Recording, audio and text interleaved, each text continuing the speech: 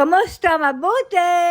For today's video. Another day, another walking series na naman tayo for today's video at wala muna tayong ganap ng linis serye. Pahinga muna ang person ng araw na yan dahil sa dami ng aking mga itinapon na basura galing sa kwarto ni Nilush ay nanakit na din ang aking katawan. Sobrang nakakapagod nga din na maglinis ng kwarto ni Nili at ilang araw ko na nga ding nililinis pero hindi pa rin matapos-tapos at hindi maubos-ubos ang mga basura. Tamang lakad at paraw nga lamang kami tuwing umaga at syempre may bago kaming kasama ang bagong walker ni Nilush. May mga nakapansin nga din na medyo mababa daw yung hawakan at kailangan daw na itaas ng konti. Late upload nga po ako lagi at sa kasalukuyan ay nai-adjust ko na po yan at nadagdagan ko na ng taas. At syempre maraming salamat po sa inyong malasakit para kay Nilush. Ha? Nilush! Nilush! Tista ka ba? Kaya Femi! Tuwang-tuwa nga ako dyan kay Nilush dahil sa bulaklak na inilagay ko sa kanyang tenga at ang saya nga din tingnan na may maayos at maganda ng walker si Nilush at ang isa pa ay mas napabilis yung kanyang paglakad. Yung dating walker na tinitingnan ko lamang sa mga nakakasalubong namin, ngayon nga ay mayroon na din si Nilush. Araw yan ng Huwebes at araw ng pagbili ng bulaklak ni Nilush at kahit gaano pa nga kadami ang mga magagandang bulaklak ay iisa lamang ang gusto ni Nilush, ang pink roses. Ay, nesaburo. מעניינים חמוד. Eso shrimp. נכון? Ene! מאוד יפה, כן, זה מאוד יפה. Ine! Kesef.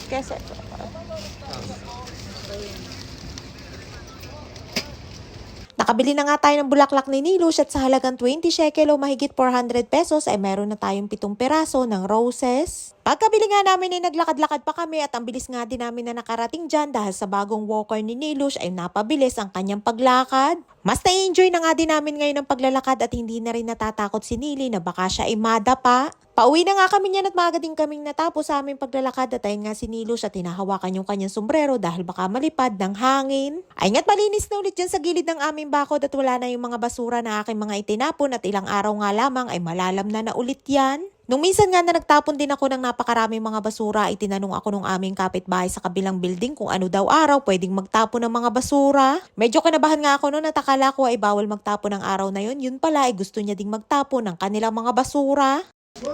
Kamusta? Mabuti. Ay nga nakarating na kami ng bahay at dahil sa bilis na nga ni Nili na maglakad dahil sa kanyang bagong walker, yung dati-rate na 1 oras naming nilalakad, ngayon nga ay nasa 45 minutes na lang. At pagdating nga namin ay nilagay ko na dyan sa base na may tubig yung aming binili na bulaklak at pagkatapos magmerienda ni Nilush ay nakatulog naman.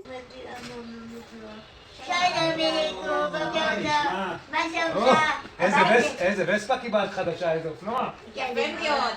הלכתי לטייל היום. זה נוח לך הגובה הזה או שאת רוצה שנרים לך את זה? לא, זה בסדר. Nagising nga si Nilush nang dumating ang kanyang kapatid at yan nga din ang unang beses na nakita niya yung bagong walker ni Nilush. Tinatanong nga niya si Nilush kung okay na daw yung taas ng hawakan ng walker o kung gusto daw ay tataasan pa. Pero sabi ni Nilush ay okay na daw yun sa kanya. Madali lang naman yung i-adjust kaya sabi ko kung sakali na kailanganin na itaas ay ako na lamang ang mag-a-adjust. Weekly na pumupunta dito sa bahay ang kapatid ni Nilush para dalawin at kamustahin si Nili at para din ibigay ang aming weekly allowance. At syempre si Nilush ay meron din pambili ng kanyang mga gusto at paalala nga din ng kapatid ni Nilush na huwag itong bumili ng mga bagay na hindi naman kailangan. Lahat nga ng pera na ibinibigay sa akin pati kay Nili ay nakalista at yung mga resibo naman ng mga napapamili ay ako ang nagtatago pati yung mga resibo ng kanilang mga nagagastos para kay Nili. At dahil hindi nga si Nili naghahawak ng kanyang sariling pera ay kailangan na lahat ay kwentado at nakalista. At dahil si Nilush na nga din ang aking bagong employer ay nagpermahan na nga din kami ng bagong kontrata. At sa mga nagtatanong po nung namatay si Lola kung may nakuha daw akong mana ay ayan na po ang pamana sa akin ni Lola, ang kanyang anak na si Nilush. At dahil bata pa nga si Nilush at 66 lamang ay ako na nga lamang ang tatanungin kung hanggang kailan ang gusto ko na manatili dito at alagaan si Nilush.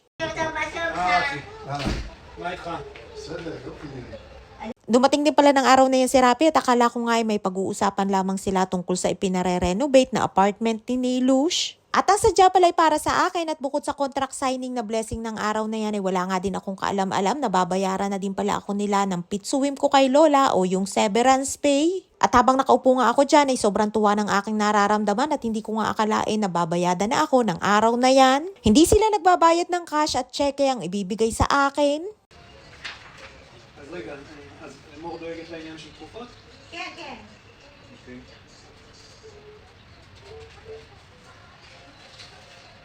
Hindi pa nga kami tapos sa permahan ng aming kontrata dahil dumating si Rapi, kaya naman itinuloy namin nung pagkaalis niya. Sobrang laking pasasalamat ko nga din dun sa manugang ng kapatid ni Nili dahil siya lahat ang nag-aasikaso ng mga kailangan at kaya nabayaran din ako agad. At syempre nagpasalamat din ako sa buong pamilya ni Lola pati kay Nili, at kahit wala na nga si Lola ay nagpasalamat din ako sa kanya. At syempre sobrang thank you Lord, walang hanggang pasasalamat sa bawat araw. Sa bawat hirap at pagsisikap natin ay lagi nating isipin na darating din yung araw na lahat ay may magandang kapalit basta tiwala lang. Nagtapos na nga may gitsyam na taon na pag-aalaga ko kay Lola at ngayon nga ay panibagong chapter na ng aming buhay na kami na lamang ni Nilush ang magkasama dito sa bahay. Simula nang nawala si Lola ay naging maasikaso din naman kay Nili ang kanyang kapatid at pati ang buong pamilya ay nagtutulong-tulong para sa ikaaayos at ikabubuti ni Nilush. At bago nga umalis ang kapatid ni Nili ay tiningnan niya din yung aking mga nalinis na at niyaya niya nga si Nili at sabi niya ay ipakita daw sa kanya. May nahalungkot nga din ako ng malalaking pantalon at sabi ko baka sa kanya yan kaya ibinigay namin.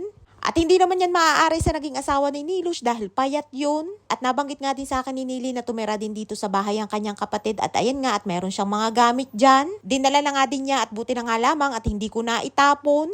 Tara ba? Positibo.